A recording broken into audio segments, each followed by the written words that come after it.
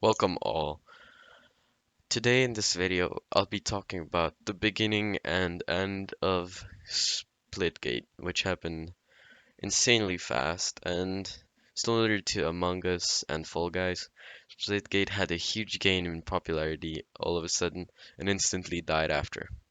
People stopped playing, and now this might be the natural way of the internet, but these games came and left for multiple reasons.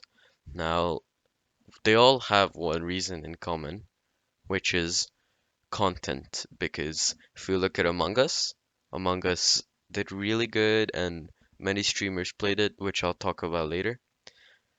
And content was the problem because Among Us didn't really add anything new to the game, which was exciting that new players could discover. For example, a good example is Minecraft adding huge updates every once in a while, changing the whole game, forcing people to come back.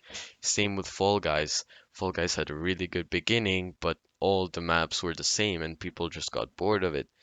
It wasn't as exciting, many people got too good, and it just died.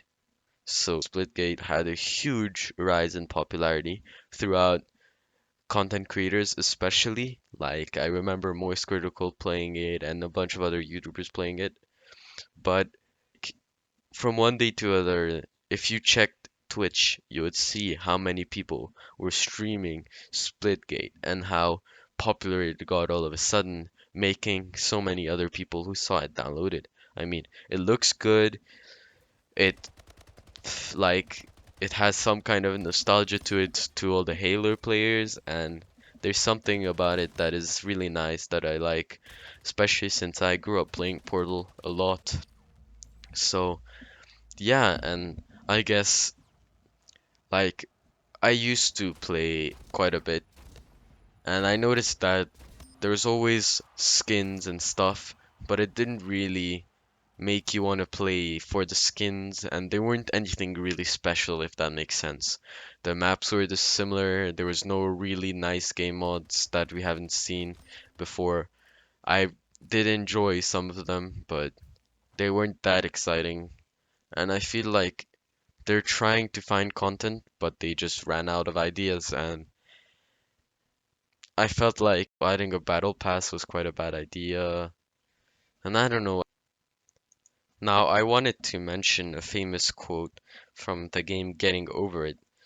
It's not really a quote, but in the game, the narrator explains to us how internet gives us games or whatever, it gives us things that gain popularity and lose it in seconds compared to how other things used to be.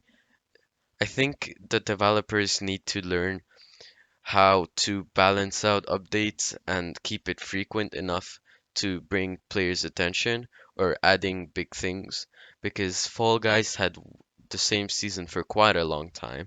People stopped playing because they got bored of it, and then suddenly they noticed this too late and pushed a bunch of updates, which I think forced even more players away because the updates were a bit rushed and they were weird.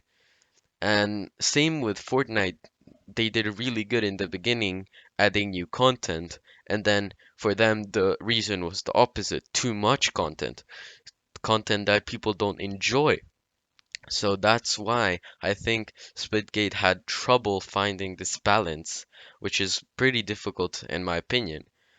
But finding this balance means that you before you release the game, you have some sort of plan of what's going to happen next. I mean, this is not always the case, but this is what I would recommend, especially in these years where, I mean, the game shortage that has been horrible. I mean, we've all suffered. We don't know what to play anymore. So we'll try these things that are new, insanely boosting their popularity and then forgetting about them. I mean, if you now check how many Twitch streamers are playing Splitgate, you won't find anyone. Anyway, thank you for watching, guys. I hope you enjoyed the video. This took me quite a while, but if you're interested in more of the historical timeline of Splitgate and where the developers fucked up then please tell me in the comments and I'll definitely have a look. Thanks, guys.